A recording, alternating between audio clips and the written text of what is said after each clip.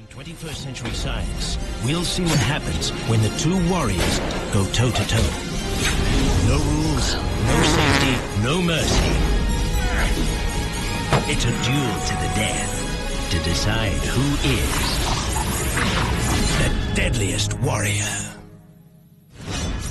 If this doesn't make it up for Halloween, this is gonna look pretty stupid. The late 2000s to the early 2010s is one of the weirdest periods in American pop culture history ever. Microsoft had micro-peen gamers so far up their fat, thick, juicy ass, they could sell a new IP just on the promise that it came with a beta code for another game. Somehow, clothing companies had kids and parents convinced that simultaneously dressing like a UFC fighter and a Sesame Street character was an epic gamer moment. Certain news anchors who shan't be named thought Obama was an illegitimate communist president because he put Grey Poupon on his hamburger. Lady Gaga wore actual meat to an award show. A Harvard graduate went from relative obscurity to the best player in sports history back to relative obscurity in the matter of a few months. A middle-aged Korean man shattered international music records, invented K-pop, and gave me a boner all at the same time. And a record-breaking movie about giant blue aliens gave me my first wet dream, which featured lots of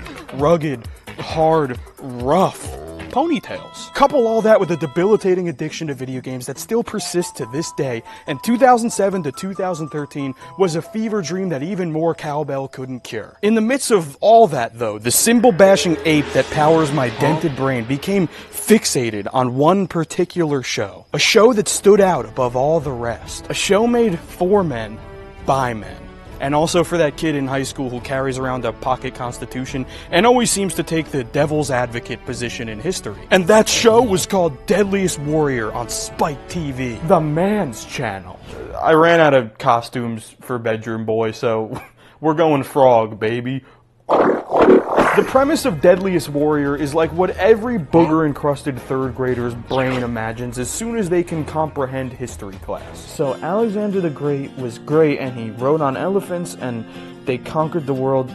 But China also has the wall, and it's great and big. But if the elephants broke down the wall, then Alex versus China. And if Spike TV, the man's channel, taught us anything, it's that full-grown men have the same brain as a booger-encrusted third grader, but dumber. And so we were gifted by the graces of God, Deadliest Warrior, a show that pitted two historical figures against each other, and through really rigorous, well-planned tests, historians and weapon experts who definitely aren't just actors, and insane computer wizard matrix skills, we got to know who the Deadliest Warrior was, because that's the name of the show. You get it. And on the beautiful lost art that was the Xbox Live Arcade, we also got Deadliest Warrior the game, because with this concept, how could you not make a shitty video game out of it? Anyways, I don't really know if the show was ever like critically acclaimed or well received, but me and my friends fucking loved that shit. We would watch it every single week, sometimes hop in an Xbox Live party and watch it together live. It was just a really fun show with a premise that never really gets any better but also doesn't get old. I don't know, maybe that's just the ape brain talking. But holy shit, I went back and watched a lot of it again, and I don't know how this was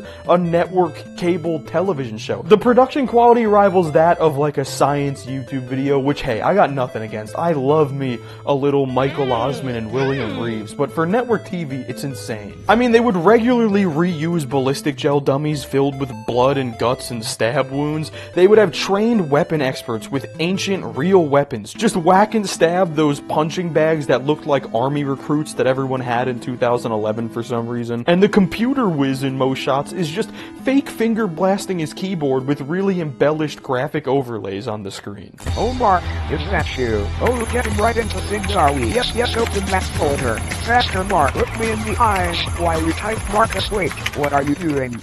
Mark, don't press that one. Ooh, we are almost there, Mark. The simulation is almost complete. Oh Jesus, insert the floppy drive.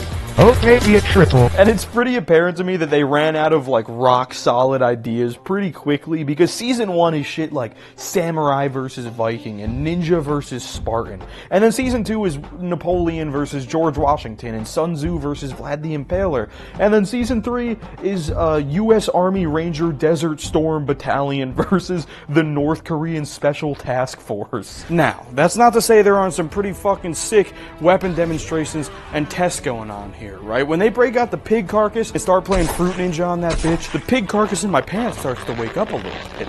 But in other cases, their budget obviously limited them to some pretty lame stuff.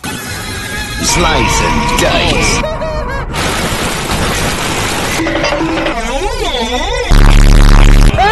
Stop the brake! Stop!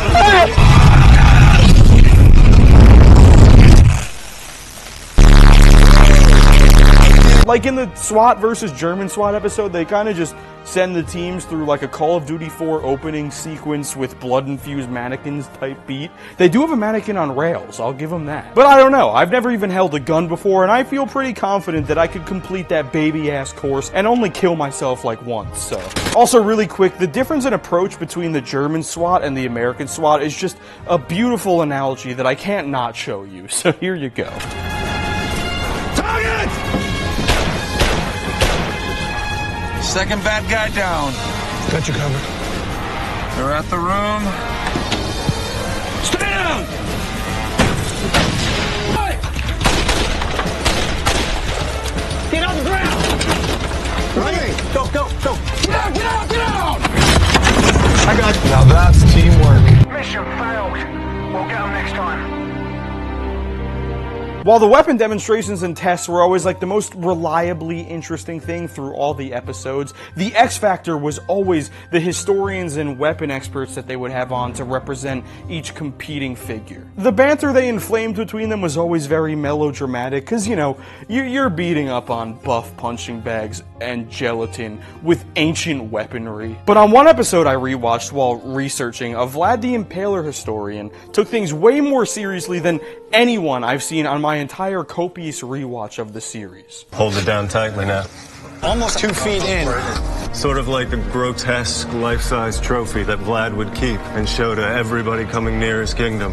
At this point, it's just a carcass on a stick. The whole point of impalement was to instill that sort of fear in the warriors attacking Vlad and his troops. Vlad had weapons Sun Tzu would have never seen, weapons he would have never thought of. Because we have a 2,000-year advantage on you, which makes you obsolete.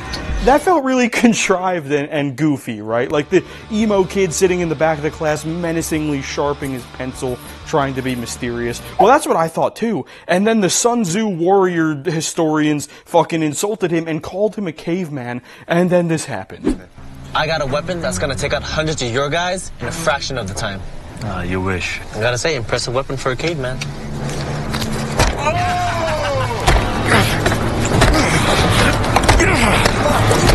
War spike here, man.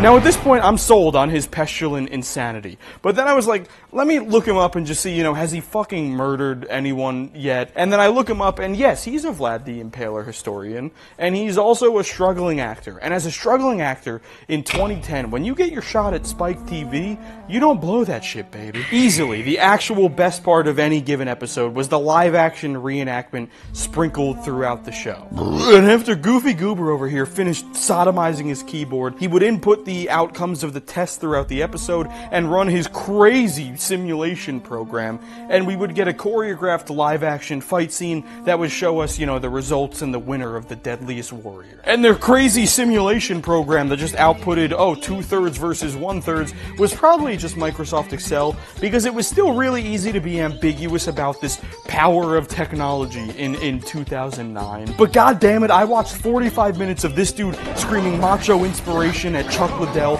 and 13 minutes of just fucking endless penis enlargement advertisements. And now, regardless of the outcome, I want my 45 seconds of intense LARPing. I don't really have a main point to wrap up on with this one, or something to get sentimental about. This show was just sick as fuck when I was like 12 years old, and now it's still a little sick, but it's also just very fucking funny to rewatch. If you want to watch it, this show is not really available on any streaming services. I have no idea why. But you can find it, I heard, on Pirate Sea or Pirate Lagoon or Lake or some shit. I don't know. Pirate something. Head over there if you want to find it.